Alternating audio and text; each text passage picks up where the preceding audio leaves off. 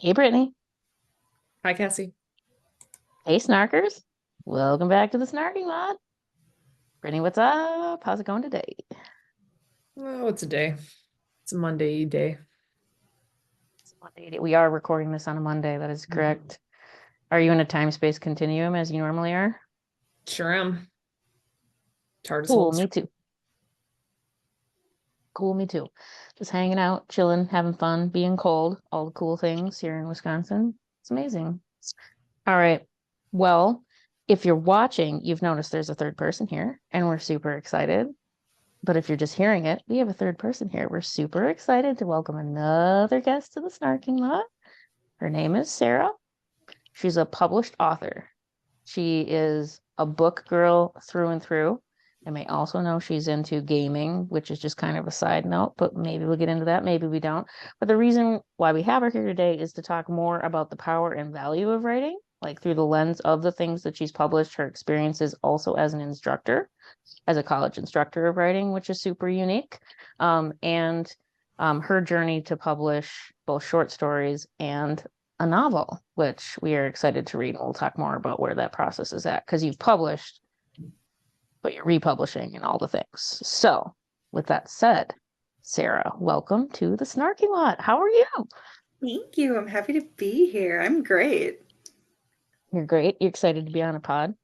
I sure am. It's my first pod, so woo.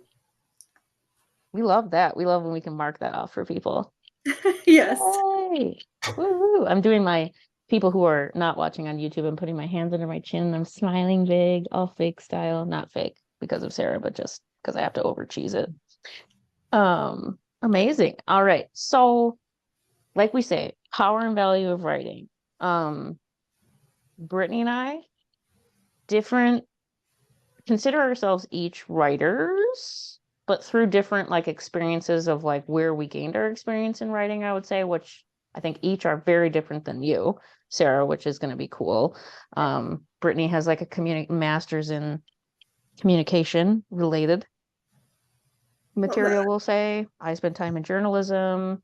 I work in communications and do a lot of writing like in my current like marketing job. So there's a lot of different layers there, but passionate about writing. We'll get into that. But tell us a little bit about you, whatever you're comfortable sharing, just like, how you got to where you are today, like the Sarah story, so people know who you are. Snapshot version because the real version's quite long. Hmm. Well, first and foremost, I'm owned by two corgis. Um, that's Yeah. that is essential in my writing journey because I have they both snuggle as I write. It's kind of their quiet Oh. time in mine. It's adorable. So they're my little Hmm. cheerleaders. It's adorable. Love Maximus and that. Luna. But otherwise, yeah, I've been writing since, oh gosh, I was a little kid. I don't even realize how long I've been writing. I just did. It was my little escape. And then as I Okay. grew into a teenager, fan fiction, angsty, mad teenager, lots of anime fan fiction that I had no business Nice. publishing for the general public, but here we are. Love um, that. So even at that time, it's like, getting my work talked about online. It was kind of a nice little pre-up to the brutalness that was college with creative writing. And Sure. use Yeah. every week. So, Um, what's your earliest memory? You say you use it as an escape. Do you think you have like an earliest point, like where you remember doing that or using writing as kind of an escape, or I call it therapy, like writing is yeah. my therapy, whatever you want to call it. Yeah, oh my gosh, my first solid memory of it where I could just pinpoint a time and place without just kind of thinking, I kind of did that. Fifth grade story where it was very dark. I think they probably should have called therapy. Maybe like wellness check on this student named Sarah. Is that what you're saying? Legit, Okay. Yeah. legit. Nice. Shut up. It was dark, but and it was full of just the fears I had as a kid, but at the same time, I had to misplace them so that if a adult figure in my life read it, it wouldn't be, I wouldn't, deal with that aftermath.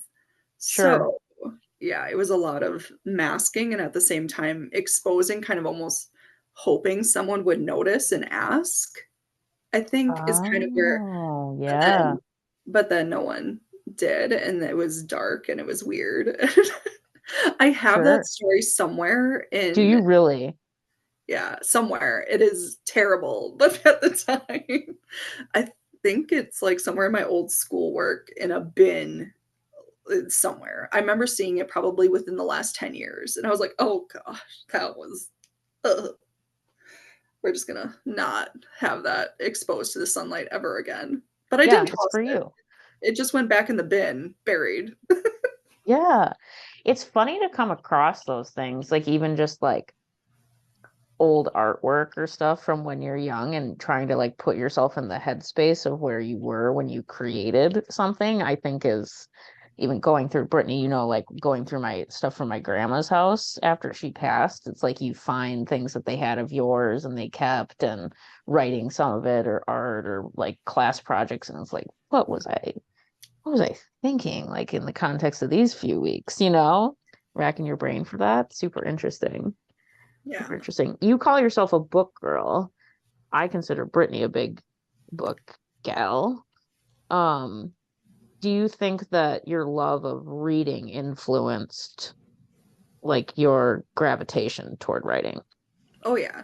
I was pushed to read, but I loved it at the same time, because that was fun for me. Because again, it was escapism, essentially, at that time, therapy later, but, at the time, so it was big into Harry Potter, the Mm, young time, oh, let's see, what else did I read? I got through the Goblet of Fire, and then ashamedly, then it kind of my interest kind of died off. But no, I'm don't terrible with say that.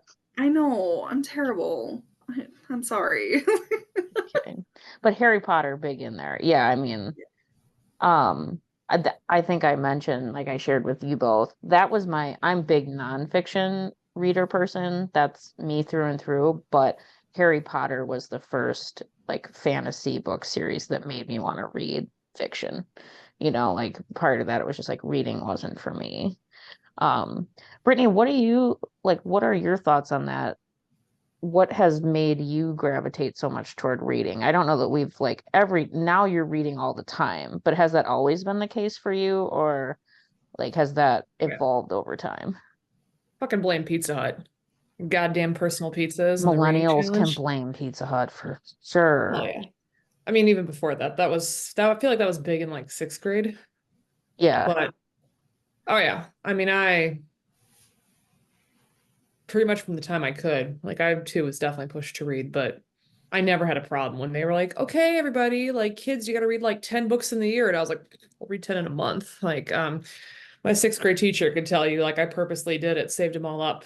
Like we would have I think like once a month, like we'd have reading time and they'd meet with all the people, and you'd get to talk about a book. And I purposely just brought every one of them over, like a stack. And then he's like, well, we'll just pick one. And I was like, okay, pick whatever you want. Like just on Reading purpose. But all the I mean, because time. yeah, I could go through them. So definitely started off with, fiction. Apparently I used to uh my grandma apparently said to my parents, or my parents have told me that apparently when I was little, like and they read to me and I was the first child, so probably got the brunt of that. But I memorized I used to turn the pages in books at like one, two, three and babble.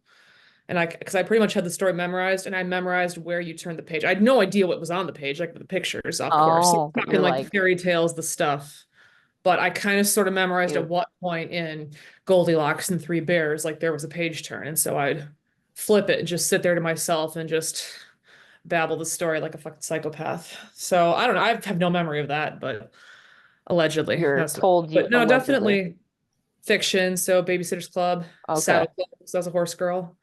Um, Oh yeah, yeah, yeah. I, Good point. I remember I think it was like fourth grade. So yeah, like we'd have the story time and I would always try and like be like, you have to report like how many pages you read. And I was like, I'm gonna have to beat everybody. Okay, like Yeah, got she's this. competitive, everyone in Yeah. Sarah, in Or case I'd you don't know, watch and this I'd be like, program are is you really super reading that fast? You competitive. just turn the pages, like, because then you have to summarize shit. Like, oh my God, yeah. But I remember the Redwall books because that was Oh yeah, like I was burning through Little House on the Prairie and like, all those books. And like it was like I was of like, okay, course. yeah, these are nice. And then I was like, I just remember I was like, oh, These that's are really nice. small. It's really small writing or like really small print.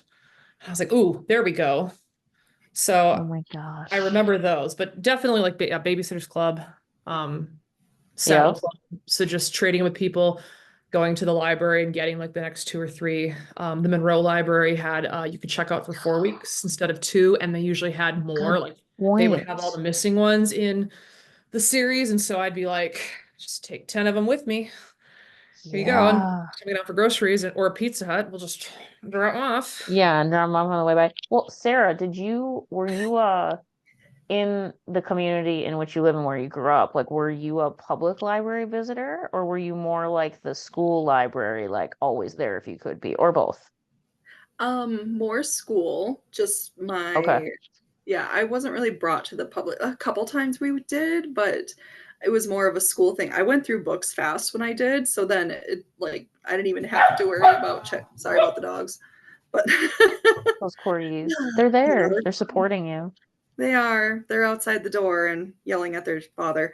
So, but yeah, no, it was more just the school library because that was all I really had at that point. Yeah. So yeah, that's about Yeah.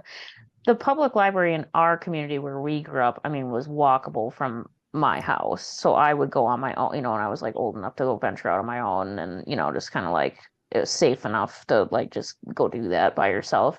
But Brittany mentions a library in a neighboring town, and I remember when my mom would take me to that public library, it was kind of like an experience, like an overwhelming experience because it was so much bigger than Two our levels. library. Two Yeah, levels. 2 levels, like just awe-inspiring because the community was like, well, what's 10,000, like Like how many 10,000. yeah, I mean, so it's like 10 plus times as big a community as where we lived. So there was just like full on, I'm like waving my arms of just like everything everywhere, overwhelming, like go pick out what you want. Because my mom worked in that community, so she would be able to bring it back for me, like just go drop it off or whatever. And so I wasn't a big reader though. That's the weirdest thing talking about writing, like the connection of reading to writing, like how passionate I feel about writing now. Was not a reader. Hated it. Nobody could force me like really to do it. Like I just wasn't into it. The things I did read, like my grandma would convince me to, like Little House on the Prairie, some of the things Brittany mentioned, but not like oh my gosh, I'm gonna sit and read. It just wasn't for me. I don't know if it was like my attention span just not being there or whatever, but now being such a passionate writer, I'm like, how the heck did that? Like, how did I even like figure out how to write with how little reading I did when I was a kid? You know, right. odd. Um, do you think, Sarah, like with that said, and like the connection of like reading a lot of books and kind of soaking up writing styles and all that, do you, and in being an instructor, wink, wink, do you feel that writing is something that is inherent, like can be taught into a talent or a combination of both? Like, where do you kind of land on that after years of writing, would you say? For sure, both. I mean, I think people can be drawn to one or the other, but ultimately, both can be a learned, I guess, skill would be one of the ways to do it, say Okay. it. Um, for sure, like I have students that are very think they can't. I literally had a student for her goals because I have them do goals at the beginning of the semester just to keep them accountable. Sure. Because then we go over it again in midterms and finals. Like, how are you doing on your goals? Strengths and weaknesses. How are you transforming that? Legit on her weaknesses said everything, and on strengths said nothing. I'm like, Oh, oh no, that inside I felt like a dagger just kill me. It was, yeah. and I'm like, oh, okay, like I understand where you feel about that now, but hey, let's talk about these things. And it's like, hey, I get it, it's cool. But and by the end of the semester, I asked her again, just kind of like, hey, so what are your strengths and weaknesses? She's like, okay, so I'm not that terrible now. Like, okay, fabulous. So Aw. yeah, I was like, okay, so long as you put something else, maybe there's that progress. But yeah, Mm-hmm. no, she wasn't a bad writer. She just didn't have the confidence in it at the time Mm-hmm. to think of it. And I think that's where a lot of it comes from, is we think we're not good at something until we just kind of do and learn from somebody who knows, or even just kind of like, oh, hey, it's kind of a good idea or something. I don't know. Yeah. It's different, but yeah, both can definitely be learned. It can be learned. Yeah. I I feel a little bit that there's something a smidge at least natural about it because Yeah. I've witnessed so many people that like they get to a point of being probably like proficient writers, but there's just something where there isn't quite that just like next level of like, oh, I love to read this. You know what I mean? Like it's good Right. to read, but is it like, whoa, you're seeing kind of what they're doing with mechanisms and things like that. And like I think some of that is kind of like you just get it. Yeah. I think there's some of that, but it's good to have teachers like you who can really influence, young people because writing is such a thing that can cross like against all professions. Um, I can speak for myself, Brittany, and maybe this will make you laugh, like how we swear a little bit on this pod. We shit talk people sometimes who are really bad at writing, like just a little bit. You know what I mean? Like where it's just like bad grammar, like social media, like try a little bit harder. Like it doesn't have to be like crap texting style like all the time. Put some punctuation in there. I'm speaking for myself. Brittany, I don't know if you feel that way, but like the cringe of just like seeing really bad grammar and like really like wrong words can like I'm Well, doing like a hand gesture I, of crit- like I critique my former employment place about writing. So not to shit. name any names, but like No, where well, she no, used to just work. kind of the mass. So, on social media, on the website and anything. Yeah, Yeah. I know. In Little reports, things. at anything. Love it. Mhm. Little things. So, It's okay. yeah. Just for me, it always jumps out. Like when you're reading it, it's Yeah, just like it's a jump scare. for sure. And again, it's the more blatant stuff, like, maybe not the most professional thing, but like, yeah, when there's the really blatant things, I'm like, ah, God, it takes you out of what you're reading. Cause now I'm like, You're paying attention to that just versus the can you buy content. a fucking vowel? Like, fix it. God damn it. Like, just Oh, that makes my day. Maybe that should be the episode title of the title. episode. Can I Episode buy title. a fucking vowel? I love it. Sold. Hey, Like, I mean, we'll it we'll just, toss some ideas out there as we think through what happened in this episode, but I think that's a top candidate right now. Yes. yeah, Yeah, as Brittany yes. ponders, like, Just, can I yeah, buy a vowel? it does. It jumps out. It does jump out at you. I think that's what I mean. I don't mean it in like a, really critical way, but it is like when you're someone who feels passionate about it, it does just kind of like scream at you off of a page or a, like electronic device, like oofta, you know. Again, which is why I think it's great to have like really supportive people like you, Sarah, like when you tell that story of like, oh, it's like heart-wrenching to have someone think that they aren't good at anything and they're actually quite good at this, like Right. that support, I think is awesome. Um, well, tell us a little bit about your publishing journey, like what you've published, where you're at with that, and what that's been like for you, because that can be a very intense journey from Yeah. concept to actually getting it into the universe. So what's actually hilarious is the book I'm working on. It's been since my undergrad. In 2022, it was something maybe 2021. I don't even know anymore. Anyway, um, whatever it was. We actually, I say we, my many personalities of me. We It's were fair. working on that for, oh gosh, it started as one version of a project of a short story. And then it developed into something where I was like, oh, I like the pre-op, but I hate everything else. Okay, scrap that.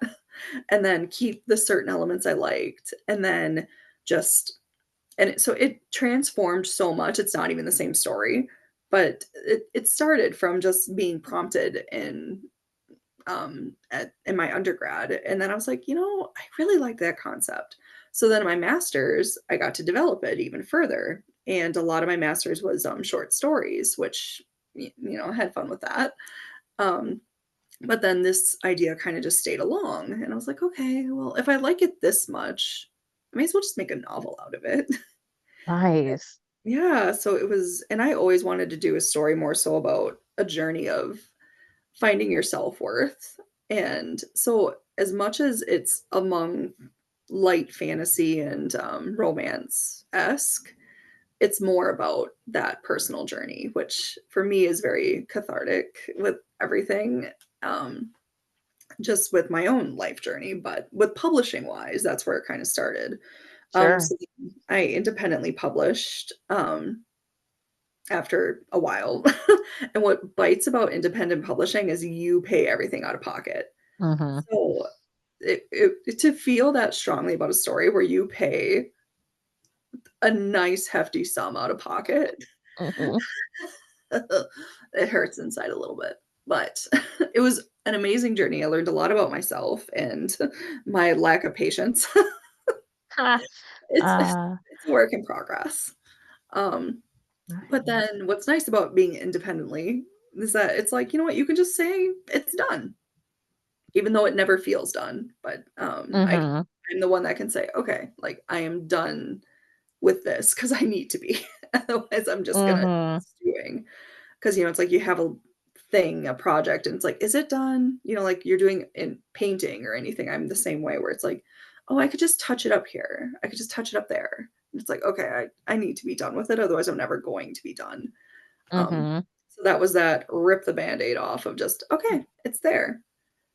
And then even though, just dealing with everything on that, and then all of a sudden it's like, oh wait, I'm doing this all by myself, all the marketing, all the dealing with publishing costs, and not even much because I went through Amazon. So Amazon heads a lot of that. But anyway, so it was like, okay, I did it and we're good. We're good for now. So that was published in November 2023. Yeah. Okay. And and I was just kind of glancing around because I'm like, okay, it'd be really nice for the next part of the story because I did not plan for it to be a one-off at all. But I was like, okay, it'd be really nice if I could just have help the next time. Yeah, for sure. So I was scouring around and I found Spellbound Publishing. And I was like, okay, that's cool.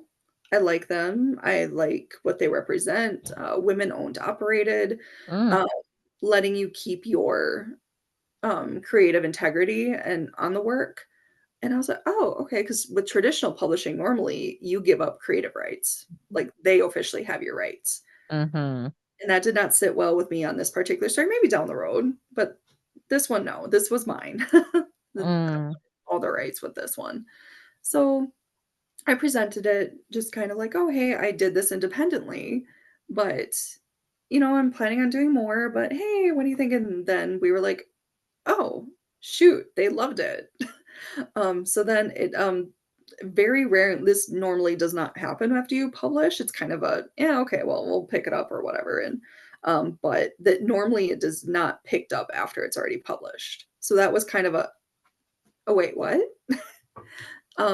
So I was super excited.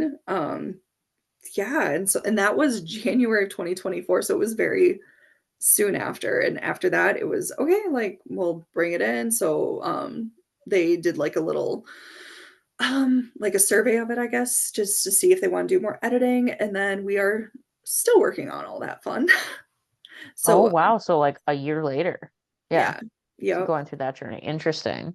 Yeah, so it's so as much as I love that I have help and they are amazing group. Oh my gosh, we, it's so fun to find people who are like-minded because we're all about the same age, Mm-hmm. like Very across the cool. board. Yeah, we're all in our around mid-30s or early 30s, late 30s kind of territory. It's like we're in the same area. This is great.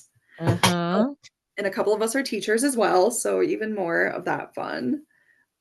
The hardest part for me though was just giving up the time factor. So time is no longer, the timeline's no longer just mine. It's how it fits Sure. in with the rest of the publishing company. Because as much as I'm not being traditionally published, they still have other books they're doing. There's different timelines to put into place. So I've had to kind of learn to just, it's not all me. It's, Relinquishing control. yes. I used But that term today at work, Brittany. Look at me relinquishing control. look at that practice. Look at me doing things I normally can't do. So where do you think you're at? Do you know definitively or approximately where you're at with like a publishing of the book, which will likely be renamed? Yes, yes, yes, it When can we shall. expect? When can we Um, expect to be able to purchase it, perhaps? I am hoping by summer. Hoping. Oh, great. Okay.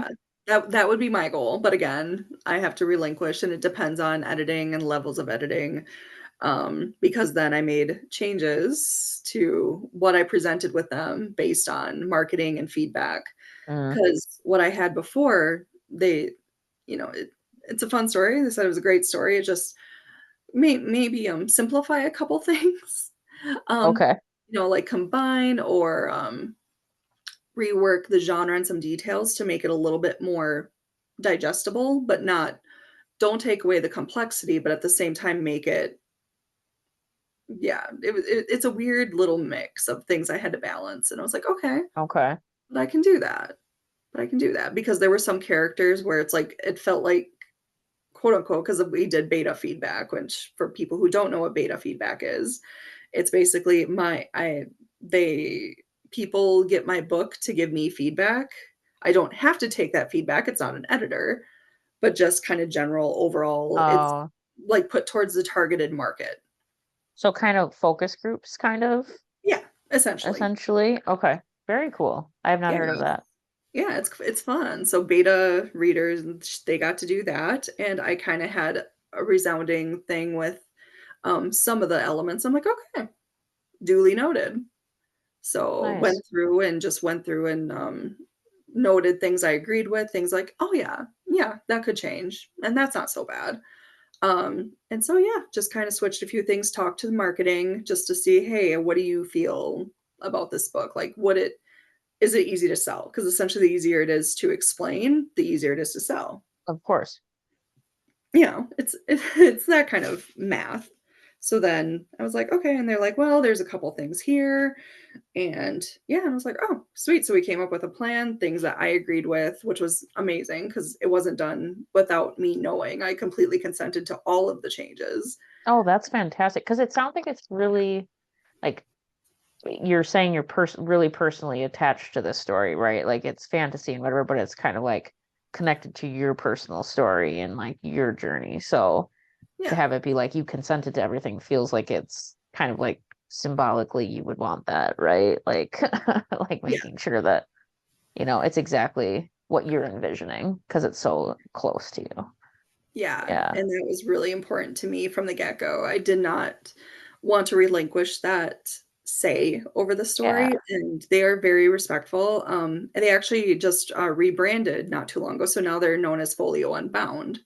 Okay. Um, Amazing group. I chat with them almost, it's been a bit now, but almost every day for a while. I was chatting with them on Discord, and we just had a Sure. secret Santa thing over Christmas. So it was good. Oh, nice. Yeah. Writing community is like people who are passionate about writing.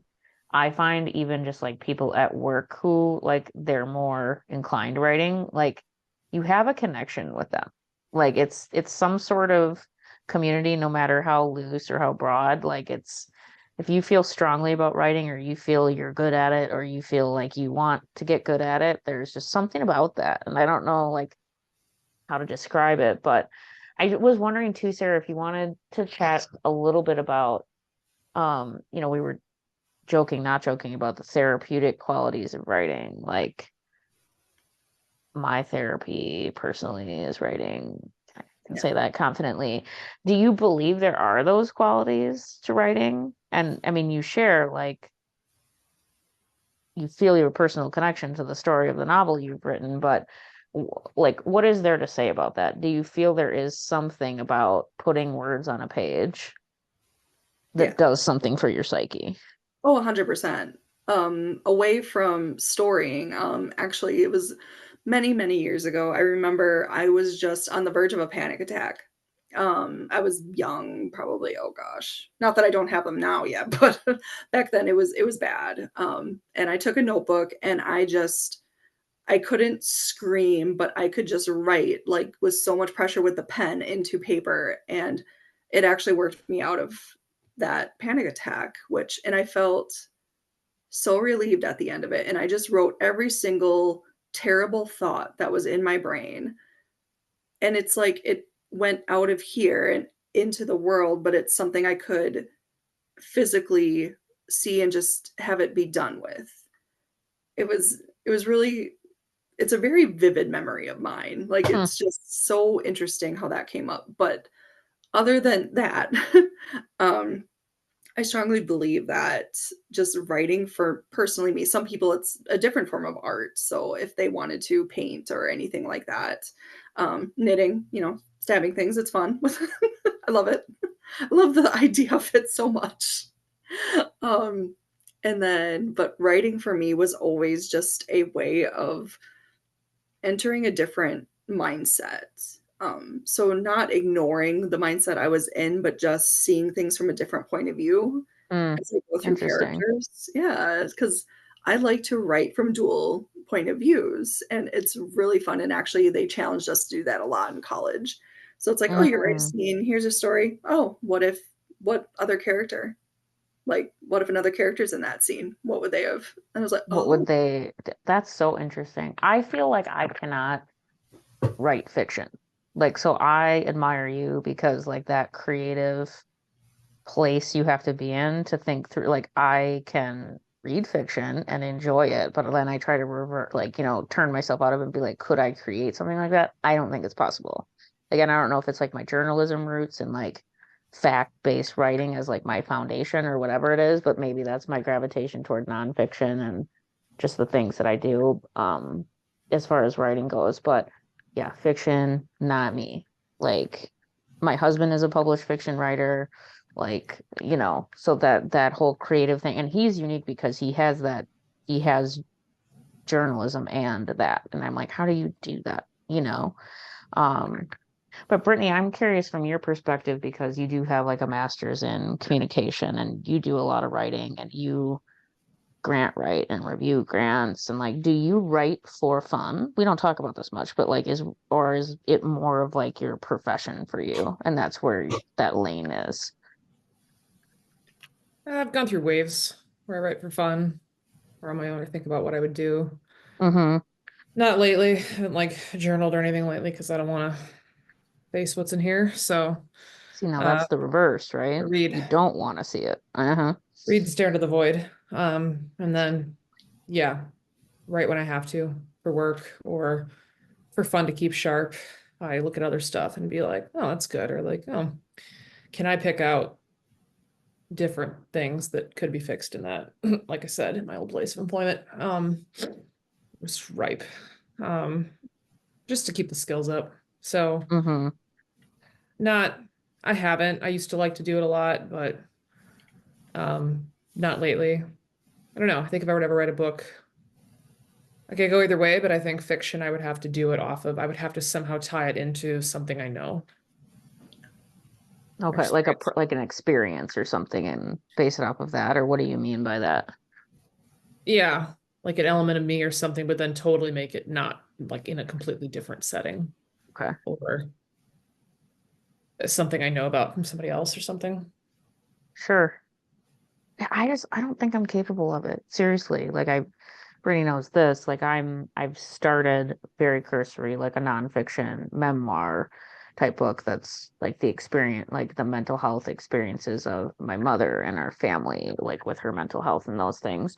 Um, but it's really hard. Like we talk about it being connected to emotion, whether fiction or nonfiction. Like some days I want to do that, and that's like I want to get into that, and other times I'm like, nope, I am staying as far away from that as possible because it's like too intense to like drudge that stuff up, kind of as Brittany's noting. So it's really like where your mind is at on a given day. So like Sarah, I'm curious, when you're developing your what's now a novel and just your writing, do you find that like are there days where you're like, I can't write at all today, or are you just like writer girl like all the time?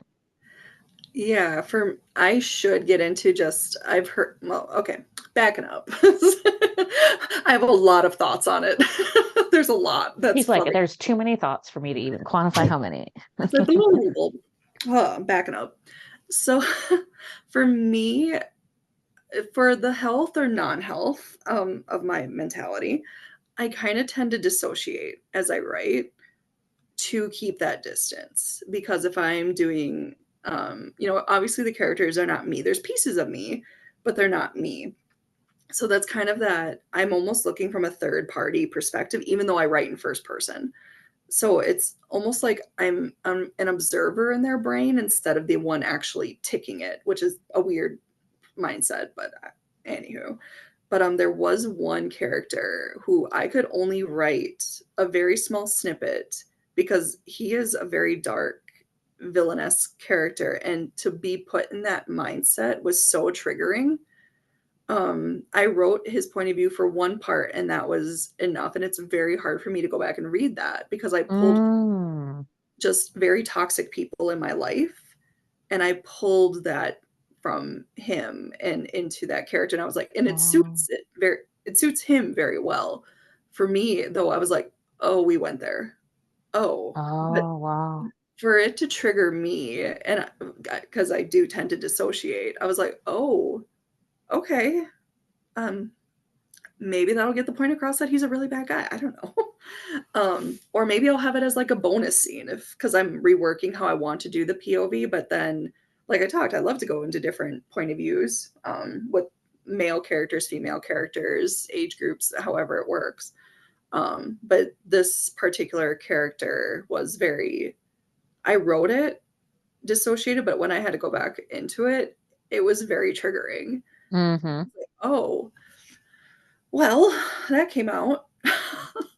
Like, That well, is so, what that like what you're telling me, it makes me think of, um, and maybe this is gonna sound weird, but bear with me, Heath Ledger and him be like, portraying the Joker, and ultimately like he got so into that character he died. I mean, that's like literally why he died, was because he like, basically it made him insane because he was portraying such an insane person, like, so I'm just saying like that it brings it up for me because it's that intense, like you're that closely connected to it. So I like your word disassociating. I say like I compartmentalize, right? And I think that's part journalism, but like I can set this over here for now and just do this from like a unbiased, like chop it out kind of lens. um, but yeah, that's so interesting. You're saying like, well, that happened. Like, I think I'm gonna get across that he's horrible. Like, I I'm excited to read it because I think I'm gonna know exactly what you mean when I read it now. So yeah, it was a yeah. very intense scene, and it's just a scene, and it's nothing's really happening in the scene. It's just him being him, and Hmm. it's just the thoughts that mold into it, and just that very insanely controlling, narcissistic mentality that Hmm. I grew up with in my life. And then but I, compartmentalized, dissociated, wrote Mm-hmm. this, and then it's like, whew, okay, we're just gonna kind of leave that there because I really can't even look at it again. We're gonna let it just breathe and take in air, but we're just not gonna. We're gonna put it there. Yeah. Yeah, that's wow. I'm feeling inspired to get back into my personal writing now. And I go off on these, you both have maybe seen this, but I go off on these like tangents on Facebook about I'm going to share like a little story about our family's life to try to shed light on whatever, or, so I like to do that and kind of get it into like really short snippets, but I really want to get back into the writing of the book to kind of think through like the long game of it, you know, like take what are short things that I'm thinking about, but really plan it all out and map it all out. Yeah, and I think, well, we shared this before we came on, or like when we were talking about doing this episode, and that there's actually like research that there's therapeutic qualities of writing, which I find fascinating. Like I just think that that is like it's proven, which I don't know. Like, does that surprise you, or is it like, no, that checks out, that there's like people study it and like what we Oh, yeah. feel is true.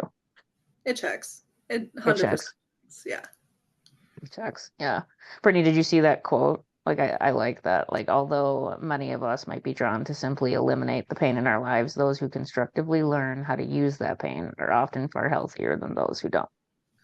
So, and I think there's times where it's healthy to ignore it as well, like knowing yourself well enough to be like, today's not that day, or this week is not that week, or whatever. Like I think that that's, I don't know, mature, or whatever the heck you want to call it.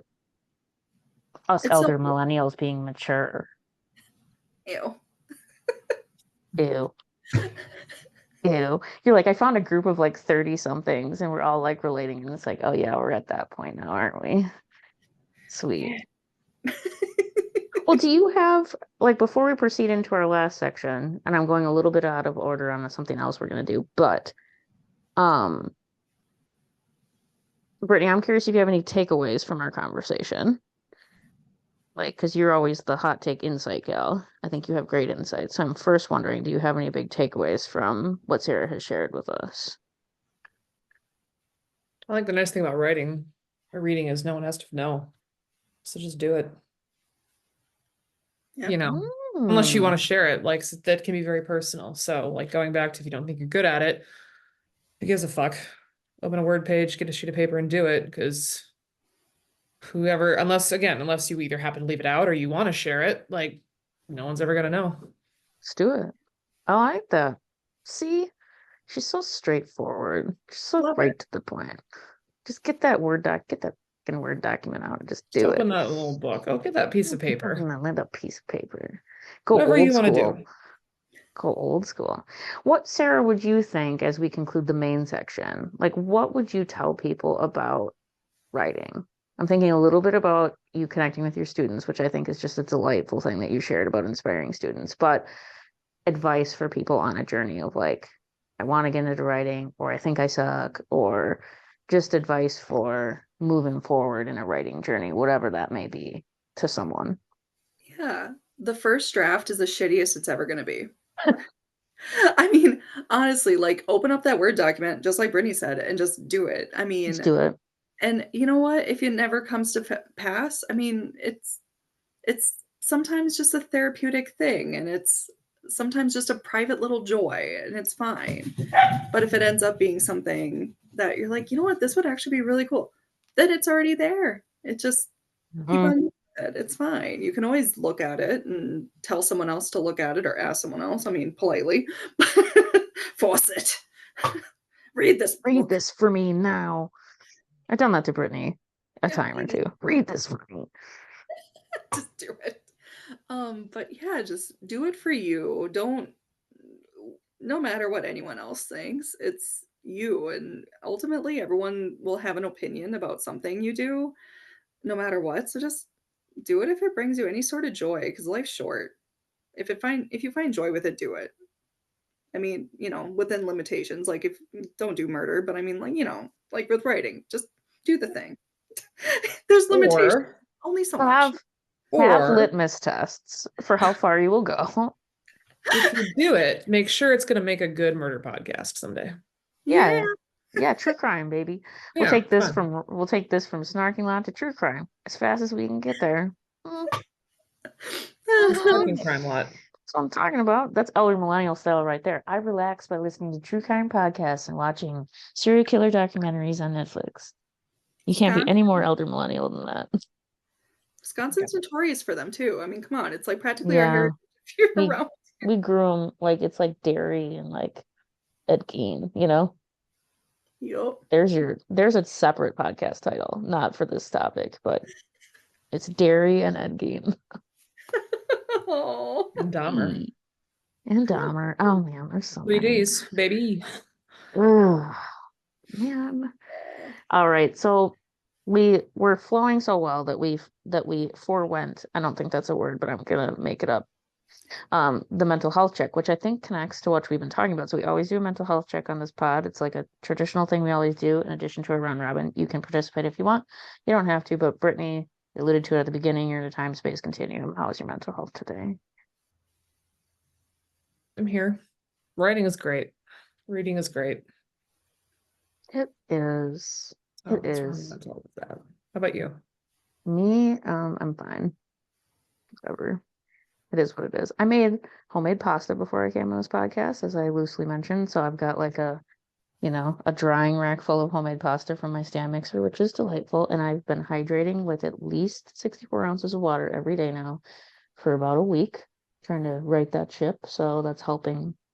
That's helping this brain hole up here too, which is good. Helps me when my cells. What did you say to Brittany? Like it's good that you're fueling your cells or whatever. Yeah, watering them, Watering them. lubricating your cells, flushing stuff out. Mm-hmm. Going to the bathroom constantly, but other than that, it's great. Flush out the pee, flush out the trauma. Constantly. Flush out the pee, flush out the trauma. Subtitle. Subtitle of the episode. Sarah, how about you? If you're willing to share or want to share. We are complicated plants. That's what I got.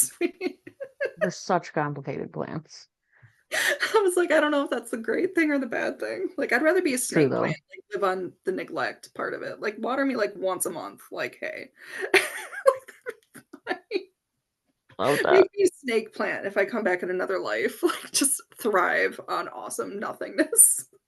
Nice. Nice. Mental health, that's a probably good indicator. It's been a crazy week, but here we are. You made it. You're here to another Monday, feeling good, doing a podcast. Yes. First podcast. First Love ever. that. I'm laughing at our first round robin question. We're going into the traditional round robin. We always like, what are you reading? And I'm like, gonna be reading Sarah's book whenever it comes out this summer. But like in the immediate term, what are we reading, friends? Brittany, how about you? What are you on these days? I'm finishing up a World War II historical fiction. Actually involves the library, so that got bombed. So look at that. Books, writing, reading. Yep. Excellent. Like whole family died. Most of the family died in bomb. Yeah. Oh God. Yeah. Now she's like trauma and recreated at New York in like 1960, like the exact replica. Oh God. Yeah. We have trauma. We've got dead kids. We've got people thinking their kids are alive. We've unresolved trauma. We've got parental blame on like the only surviving kid. Oh my God. We have it all. And it looks like a flowery World War II fic. So love that. I like it. Love that. This is gonna sound dumb. I don't remember the name, but I just bought a book off of Amazon. Wisconsin writer, a novel, which is different for me. But the storyline is about some things happening in fictionalized rural Wisconsin, and the description of it just really said to me, that could be Jackson County. So I'm like, I'm gonna read that and I'll report back. I can't get up and grab it right now. Hang on. Sarah, what are you reading? I'm gonna pull it up. I'm gonna pull it up in my Amazon app while we're talking. I'm scrolling to my Amazon orders. Oh yeah. But what do you read others' works, or are you just into your own? Like, are you still a big reader? What are you reading? You have suggestions? I have a few that I really like. So King of Blood and Battle and Blood, King of Battle and Blood, Scarlett St. Clair. And then the sequel is Queen of Myths and Legends. That's really fun. She stabs him a lot and he's immortal. It's fantastic. And I think one of the scenes that got me was, so she stabs him, right? And he responds with, I guess you're not ready to talk about this. Yeah, I need to read this. That's hysterical. And I was like, I want to read this too. Market it. Good reads. It is a spicy romance. It's heavily spicy, but it's just so funny. That's funny. That's laugh out loud funny.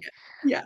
I was like, it sounds like when my husband tries to talk to me, like after like I went on a rampage and he's like, guess you're not ready to chat. It's like, yeah, You pulled that out of nowhere. Congratulations. I love it.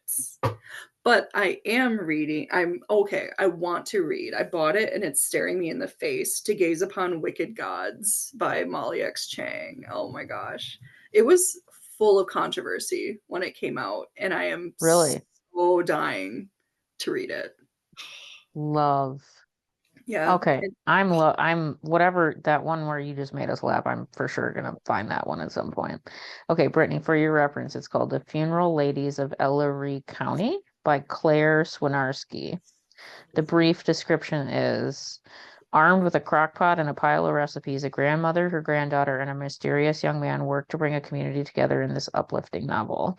And so they feel like dealing with family challenges, and then they like develop a community cookbook to try to bring the community together, and like it's rural Wisconsin stuff, and it was just like, you know what, that sounds like something that would happen right in that good old Jackson County we all know and love so much. So, hey, that's I'm excited to read that. And I was like, hey, to the friends of the library, I'm like, could we bring this author in? Sometimes they do author visits and stuff for Jackson County Read, so I'm like, I'm gonna read it and see if it's any good, see if we Yeah. want to do it at some point. So yeah, all right.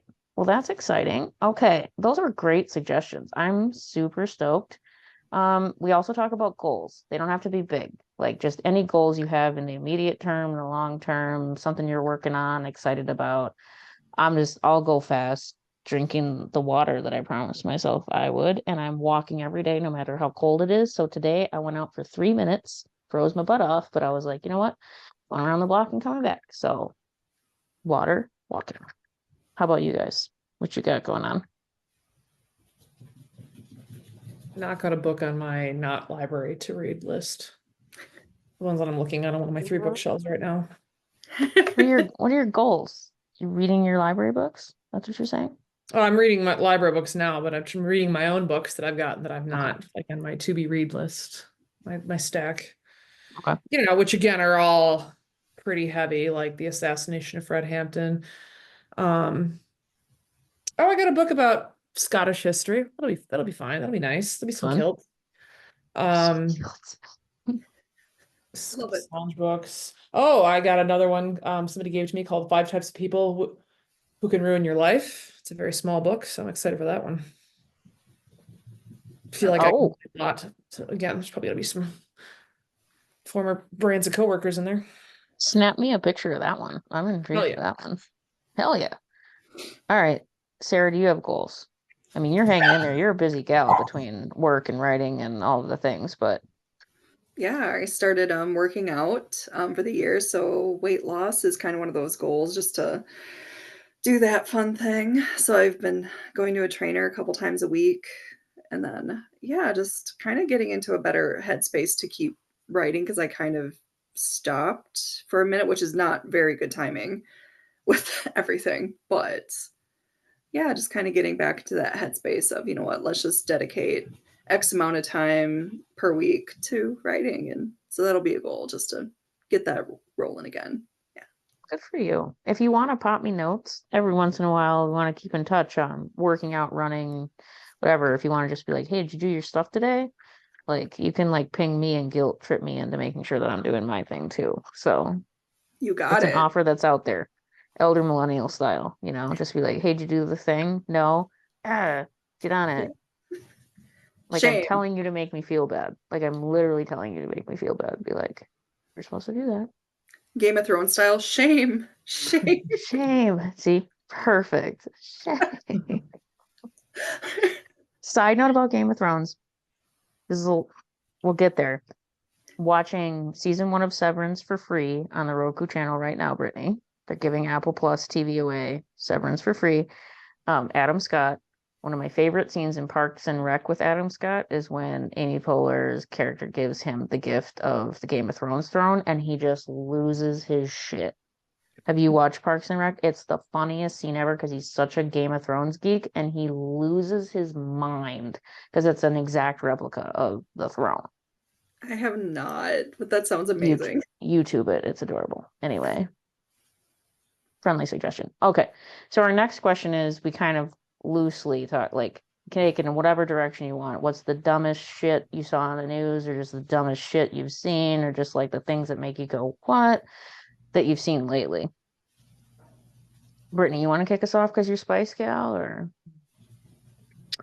she smirks because she's like, which one do you want me to pick? There's so much going on in my brain. I want to Your say is brain people hole. have some real interesting takes on fires. They do. Oh, you took my topic. I'm still going to talk about it though.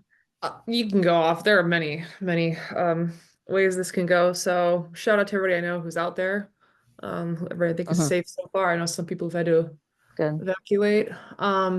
I am glad though, seeing that it's making the rounds on like TikTok for however many days we have that left, and I think probably other forms of social media as well. But people are learning about the Resnick family, which Yes. has the monopoly on pomegranates, pistachios, many things, Fiji water. Water. They have a monopoly on water. Yes. Yep. Like as in got to the island, kicked out the indigenous people, built a plant there, and then hired the indigenous people back for like $1, $1.50 a day. Episode, I think it's 356 of The Dollop from a few years ago covered them. Fucking horrifying. But they own, I believe it's 60% of California's water privately. Yes. Yes. People are figuring this out for the first time. I've seen this as well.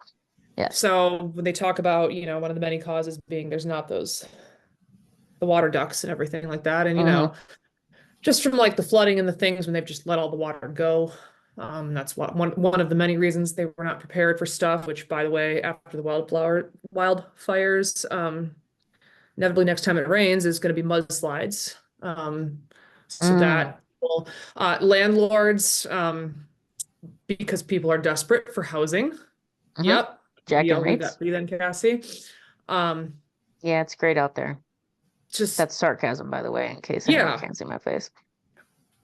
Just people's whole places. Again, I think about, like any of the community centers and things that have been wiped out, like grocery stores, libraries, farmers market, anything.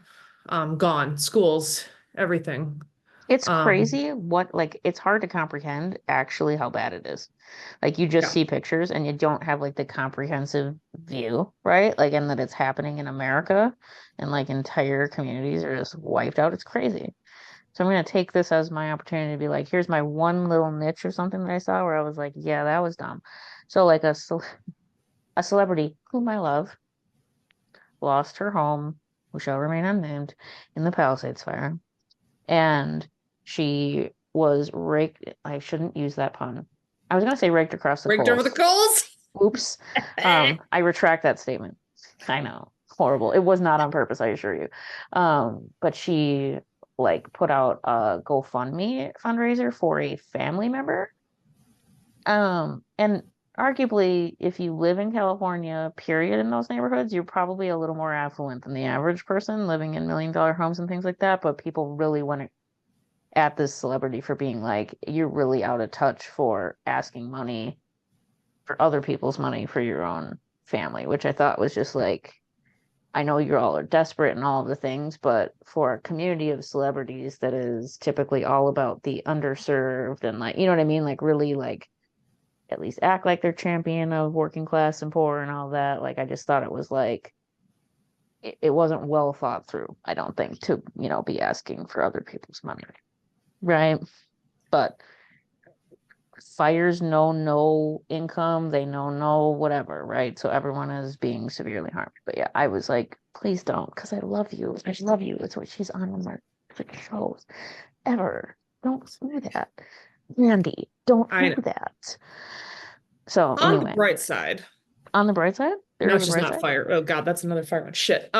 Yeah, don't. If it goes into the rural areas, actually, no, I think they're still using them. You finally get to see why we have a prison industrial complex in this country. Because who the fuck's fighting the fires right now? It is prisoners making like $1 a day. So hey, all those totally drug up charges and shit, finally, they've been waiting for it. This is why we have it. Hey. That's why you gotta overcrowd the prisons, because somebody's got to fight the fires. What'd I tell you, Sarah? This section gets scary with Brittany on. Also, if you cut fire funds and give it to the police, hard. Then blue line, back the badge, baby. Bam. I have some thoughts. I have so many. Also, the people being like, it's because they give all the homeless people the drug kits, and I'm like, I don't think that's why.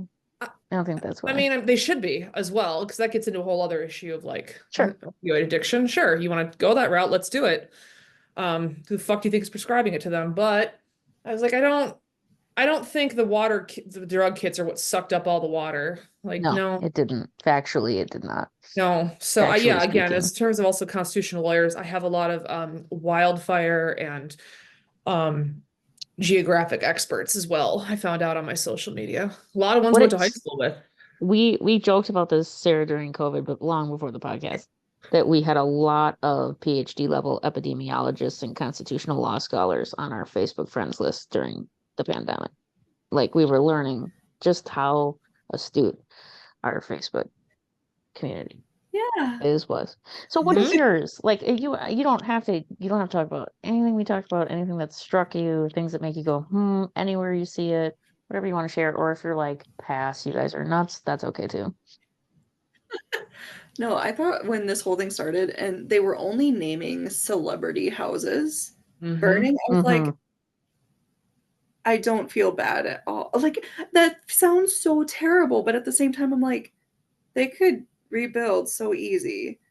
So why aren't we touching base on everyone who's not able to just build another multi-million dollar mansion in a week? You know what I mean? I Oh, I'm clapping for you. Yes, in case you can't hear it on my little microphone, I'm clapping. Yes, agreed. I was so confused. Like when I saw that, I was I like, this know. means nothing to me.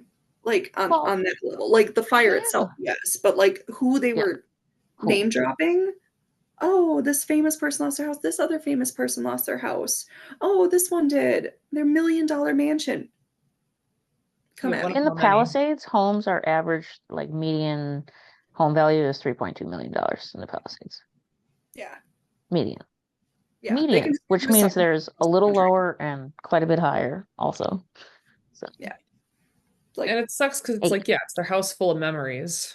So I right. have some oh, it's sympathy on awful. that front. It's Right. But awful. then I go, yeah, but what's not being covered again, because we've just gone on to the next thing is there are people still in Tennessee and North Carolina living in tents, campers, Yeah. anything, mutual aid going, but because Paris Hilton doesn't have a fucking $5 million mansion out there, Right. like they're literally still asking for donations for, propane and gas and people still going down to do stuff and Yeah. beg stuff out of the mud that is now not sanitary. Totally. But and even again, there's going to be people doing that in LA Yeah. who cannot afford to just rebuild. And this is now going to be a real estate grab Well, where, it's totally going to be a real estate grab. It's ugly. again, certain people are going to be able to rebuild and this is going to push out a lot more people. Um, Yep. and just, yeah, Hmm. it's not good. It's not good. The For Olympics sure, isn't not great. closed there. They're going to still do it. So that's going to get interesting. Yeah. Like, I just find it so not interesting in like a interesting way, but just like 2025 really starting off with a bang, right? Two, technically. Like looking like Oh, you weren't talking about psyops in New Orleans and the I Trump hotel. wasn't, Never but mind. I wasn't. But I mean, if you want to do bad puns because you're a horrible person, that's fine. You know, you did it on purpose. I did it on accident. Hey, just kidding. I mean, I'm not gonna lie to you. I'm gonna be like totally brutally honest. Am I curious whose celebrities' homes have been destroyed because it's heavily populated with moderately famous to famous people? Yes, but there is, to your point, Sarah, like very little coverage of like actual normal people who've been displaced. Like, what are the numbers? Like, you don't have to name them because we're common people, but it's just like numbers and like actual Mhm. gravity of the situation would be really helpful rather than a list of 15 celebrities. Boo-hoo, you know? Well, the people who work in the stores and stuff there likely don't live there. They live somewhere else, but now their job is gone, their income is gone, Right. or their house is gone if they worked remotely and their house is gone. Like, Mm-hmm. what are they doing? Could they take their stuff? Right. Yep. It's the mutual aid again. Shout out to Mexico and Canada for like helping us, even though like I can't believe they are. But yeah, dumping some water down on the situation is nice. So, Yeah. Yeah, which again, I just went because I was at a friend's house and they had CNN on and we were watching it. And I'm glad they are dumping fire. I'm not going to say this. I'm glad they are doing it. They need to do more. But I thought, again, I'm thinking back to North Carolina and everywhere where they were not letting helicopters go up and rescue people Mm-hmm. and do shit, or even private people doing it, which it's also going on in LA where they have people preventing people coming up with mutual aid and giving out food and doing things. They are being stopped in places as they do in all these things because, it's a crime to feed homeless and whatnot and everybody. And it's like, Right. I know. this is where we're putting our Can I say energy. this? 3 animal lovers here, 2 dog lovers, and then there's me. Cats over here. But I love seeing videos of first responders and people Mhm. helping animals. Those videos delight the crud out of me in this whole crappy situation. I love seeing people like taking dog, like Yeah. big old 80-pound dogs and taking them over and giving them water and spraying water in turtles' mouths. And I love that because it's like, you know, innocent bystanders of the whole situation, right? Yeah. So I love to see that help. I love to see humane shelters stepping up and helping the animals. So, there is some good humanity things happening, really Mhm. good humanity things of people coming together. So, all right. Well, this amazing as usual. Sarah, we hope you had fun. Thanks for Yeah. coming. Thank you. It was tons of fun. We love this. All right. So, Brittany, I gotta get you prepped. Are you ready for your sign off when I Yeah. hand it over to you? First of 2025. That's right. This is really big then. Okay, I gotta do this right. All right. Well, everybody have a great day, great evening. Keep it real, elder millennial friends. We love that. Brittany, give us your ever classic sign off. Always bring logic to a dumb fight. Hey, just love that so much. It's All right. amazing. See you soon, Snarkers. Bye. Bye. Bye.